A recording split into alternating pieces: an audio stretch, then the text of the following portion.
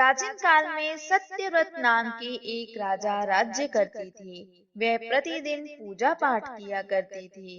उनके पास किसी भी चीज की कोई कमी नहीं थी। वह धन दौलत से लेकर हर प्रकार की सुविधा से समृद्ध थे। हालांकि इसके बावजूद भी राजा की एक अभिलाषा थी जिसे वह पूर्ण करने की चाह रखते थे। दरअसल राजा सत्यव्रत को किसी प्रकार से स्वर्गलोक जाने की इच्छा थी। वह अपने जीवन में कम से कम एक बार स्वर्गलोक के सौंदर्य को देखना चाहते थे, लेकिन उन्हें इसका मार्ग नहीं पता था। इधर दूसरी तरफ ऋषि विश्वामित्र अपनी तपस्या के लिए घर से बाहर निकले। चलते चलते वे अपनी कुटिया से काफी आगे चले गए। काफी समय बीत गया लेकिन वह नहीं लौटे। इस कारण उनका परिवार भूख और प्यास से तड़प रहा था। राजा सत्यव्रत को जब यह पता चला तो उन्होंने ऋषि विश्वामित्र के परिवार के पालन पोषण की जिम्मेदारी ले ली। कुछ समय बाद जब मुनिवर लौटे तो वे अपने परिवार को कुशल देखकर काफी प्रसन्न हुए। उन्होंने पूछा कि उनकी अनुपस्थिति में किसने उनकी देखभाल की। इस पर ऋषि के परिवार वालों ने बताया कि राजा ने उनके पालन पोषण की जिम्मेदारी उठाई थी। यह सुनकर ऋषि विश्वामित्र तुरंत राजमहल पहुंचे और राजा से मुलाकात की। वहां पहुंचकर उन्होंने सबसे पहले महाराज को धन्यवाद कहा।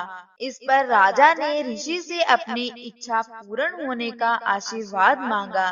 राजा की बात सुनकर ऋषि विश्वामित्र ने कहा, बोलिए महाराज, आपको क्या वरदान चाहिए। तब महाराज ने कहा, हे मुनिवर, मुझे एक बार स्वर्गलोक के दर्शन करने हैं।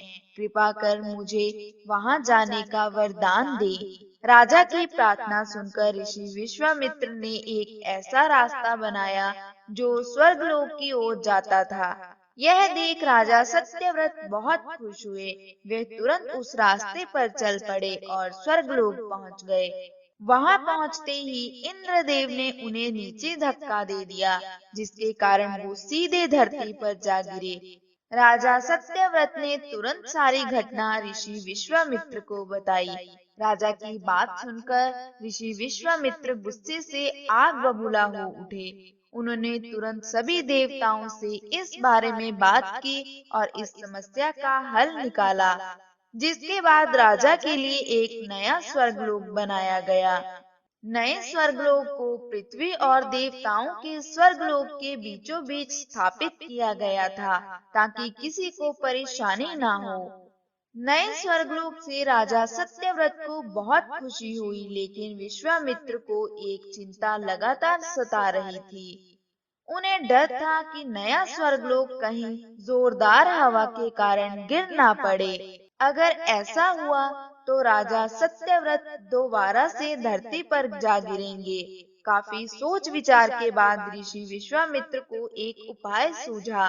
उन्होंने नए स्वर्गलोक के नीचे एक बहुत लंबा खंबा लगा दिया ताकि उसे सहारा मिल सके।